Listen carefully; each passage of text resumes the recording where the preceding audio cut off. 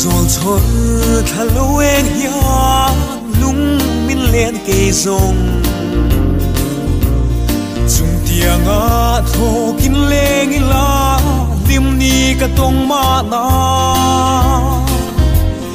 lung min le tu thian du ta wang kho pui tuala ma ten fa yin ka tham ve a na lung le zong wa ya chu mai an zong ka phalo an herlia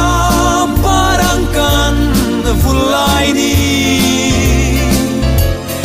o ka thia khong e yom ta pia lean karon song sel se ngain ka au ruai ruai che len rual song singa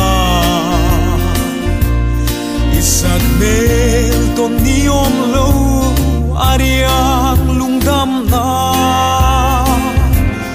nang nen kan sul nu song te an herliam le thi ka thian du tak lim sai vo dun kanuam nge wa ya chu mai an song ka phalo an herliam parang kan vulai ni o ka thia khong e yom ta pia lian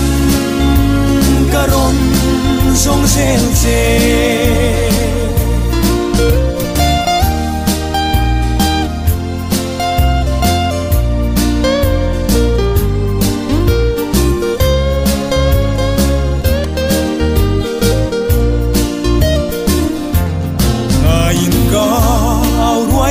che